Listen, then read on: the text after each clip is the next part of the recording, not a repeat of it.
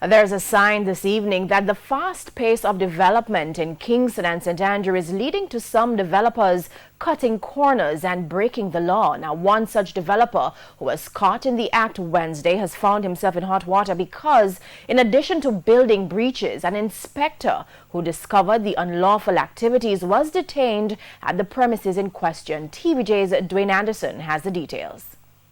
We will not accept that our building officers are not allowed to come and do the inspections that they are authorized to do under the Building Act.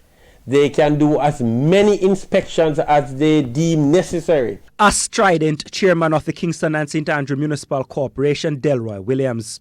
He's upset about a situation Wednesday in which a development officer at the municipal corporation was prevented from leaving a property he had just inspected.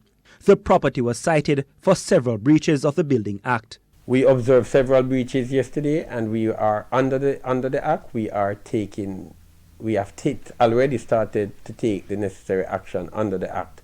We have issued a stop notice. Kingston and St. Andrew has been experiencing a boom, particularly in residential developments in recent times. And the KSAMC said they have been kept extra busy due to the number of persons who are breaking the law when building. We would have issued many stop orders in line with our pursuance of the law.